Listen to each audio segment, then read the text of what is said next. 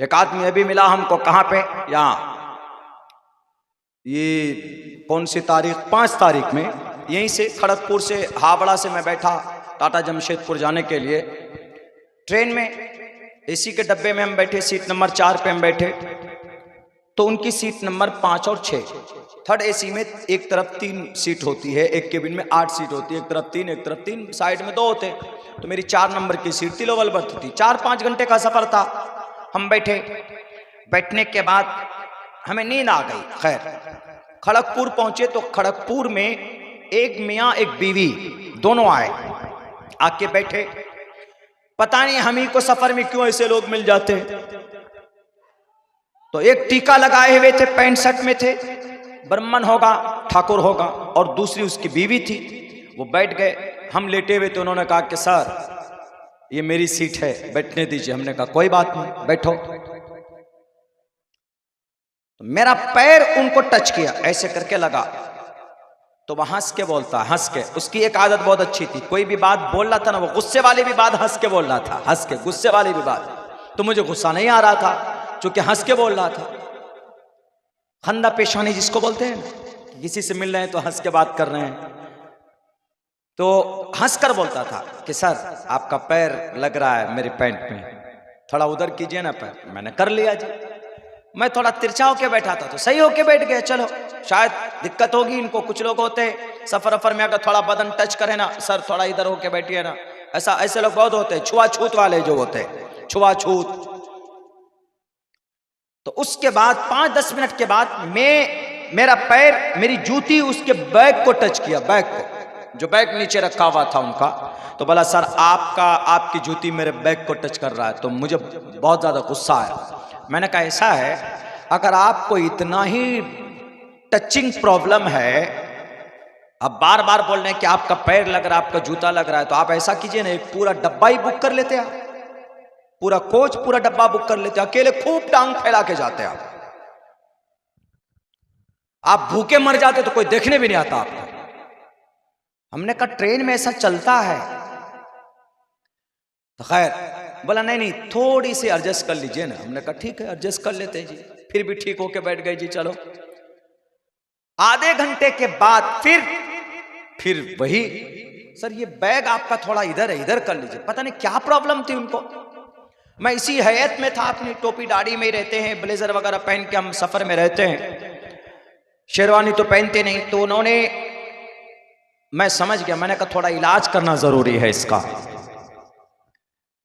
पूरे 1-1.5 घंटा हो गया, परेशान हो गया मैं उससे। हमने कहा कि अब कोई बात नहीं।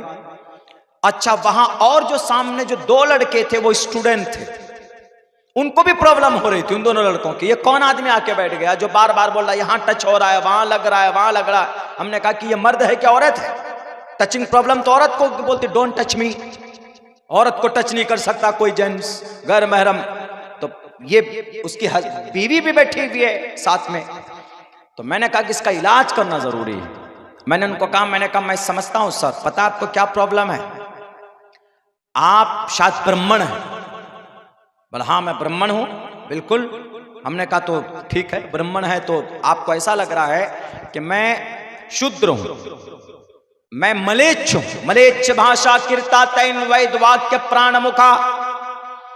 तो उन्होंने, हमने कहा कि मैं मलेच्छ लग रहा हूं। मलेच्छ मतलब नापाक के भी आते हैं, मलेच्छ मतलब सबसे पुराना आदमी के भी आते हैं मलेच्छ। मैंने कहा कि मैं मलेच्छ लग रहा हूं ना आपको, नापाक लग रहा हूं इसीलिए, क्योंकि दाढ़ी है, टोपी है, मौलाना साहब दिख रहा हूं, और फिर आप ब्राह्मण हुए, ब्राह्मण ब्राह्मण सगहतमण, बड़े ब्राह्मण है। तो हमने कहा, वो हंसने लगे, बोले नहीं ऐसी कोई प्रॉब्लम नहीं है, लेकिन फिर भी अलग अलग रहना चाहिए आदमी को। हमने कहा कि नहीं मैं जानता हूं, ये आप नहीं बोल रहे हैं, आपके अंदर जो नफरत भरा गया है ना वो बोल रहा है। तो उन्होंने कहा कि नहीं मौलाना ऐसा कुछ नहीं, आप जो समझ रहे। मैंने कहा इसका भी इलाज किया, इस नफरत का इलाज वेद व्यास जी ने 7872 साल पहले किया।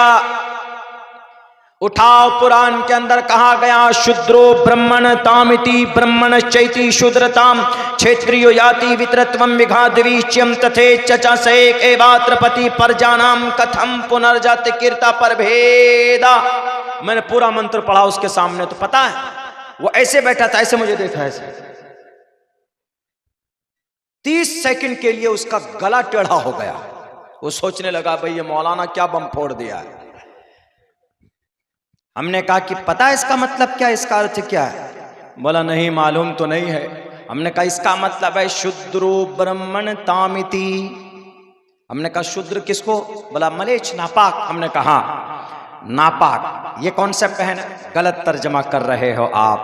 हमने कहा कि हिंदू नालंदा विशाल शब्द सागर जो डिक्शनरी है उसके अंदर पंडित केवल आनंद जोशी लिखता है कि बरा शूद्रो ब्राह्मण तामिति। ईश्वर किसी को नापाक नहीं पैदा करता, अल्लाह किसी को नापाक नहीं बनाता, लेकिन हां ऊंची नीची बिरादरी में जरूर पैदा करता है। जैसे बंगाल में तो पता नहीं, हमारे उत्तर प्रदेश में जाएंगे तो ज्यादा चलता है क्या, ये चौधरी है, ये सैयद है, ये पठान है, ये रांगड़ है, ये फला है, मैं चौधरी हूं, मैं सैयद, मैं कुरैशी, ज्यादा चलता है वहां पर इस तरह। तो हमने कहा कि ऐसा नहीं है, नापाक कोई नहीं होता, आदमी का अमल छोटा बड़ा होता, नापाक होता है। मिसाल के तौर पर आदमी बड़ा है, गांव में बड़ा नाम है उसका, लेकिन काम 2 नंबर का है, 2 नंबर का काम है, तो अल्लाह उसके बड़े नाम की वजह से छोड़ नहीं देंगे, बल्कि सबसे ज्यादा ठुकाई उसी की होगी कि नाम बड़े दर्शन छोटे। बड़ा नाम काम गंदा 2 नंबर का, बड़ा नाम है सूद खाते हो, इतना बड़ा नाम है शराब पीते हो, इतना बड़ा नाम है अब जिना करते हो, इतना बड़ा नाम है तुम्हारा पूरे समाज में झूठ बोलते हो। अल्लाह को नाम से कोई लेना देना नहीं है, अल्लाह को अमल से लेना देना है, काम से लेना देना है।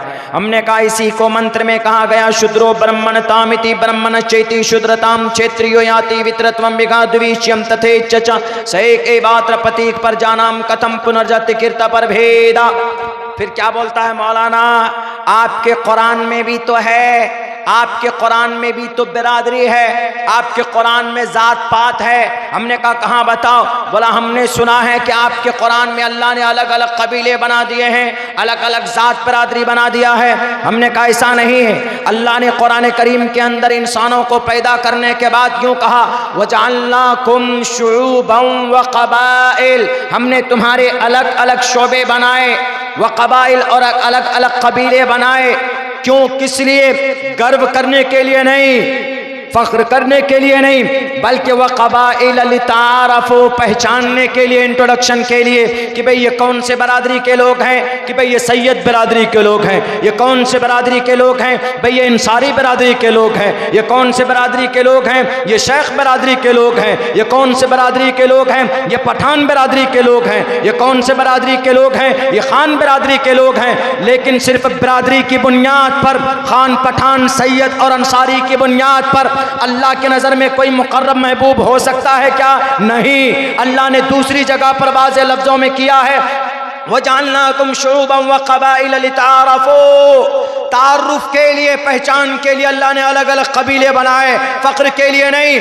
इन्ना अक्रमकुम इंदल्लाहि अत्क़ाकुम, अल्लाह के नजदीक तुम्हारी इज्जत, अल्लाह के नजदीक तुम्हारा मकाम, तुम्हारा तक़वा तय करेगा। अगर तुम्हारा अमल अच्छा है तो अल्लाह तुमको महबूब बनाएगा। सिर्फ नाम की बुनियाद पर कोई जन्नत नहीं जाता। ख्वाजा अबू तालिब कौन थे? अल्लाह के नबी के चचा थे। 42 साल तक जनाब मोहम्मद रसूलुल्लाह के कंधे से कंधा मिलाकर नबी पाक अलैहिस्सलाम की मदद की थी।